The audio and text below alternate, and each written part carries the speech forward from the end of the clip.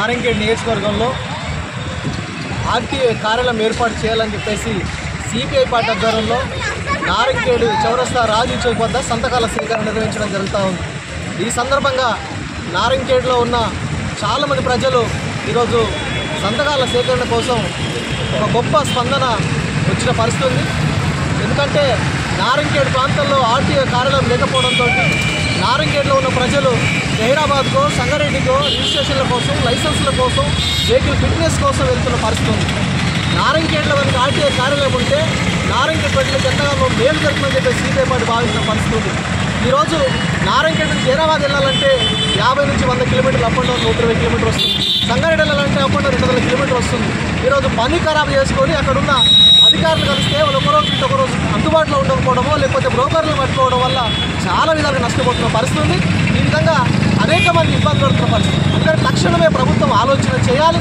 నారాయణఖేడ్ నియోజకవర్గంలో ఈరోజు నారాయణఖేడ్ డివిజన్ సంబంధించి 3 నుంచి 4 లక్షల జనాభా కలిగిన నారాయణఖేడ్ డివిజన్లో ఈరోజు ఆర్టీఏ ఆఫీస్ లేకపోవడం అనేది చాలా బాధాకరమైన విషయం. తక్షణమే ప్రభుత్వం స్పందించాలి.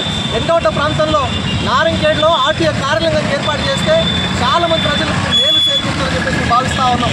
ఈరోజు ఆర్టీఏ కార్యాలయం పడడంతో తదుపరి షాపులు జిరాక్స్ సెంటర్లో కానీ తదుపరి షాపులు వాడడం వల్ల కనీసం ఒక 50 నుంచి 100 కుటుంబాలు బతికిపోతాయి.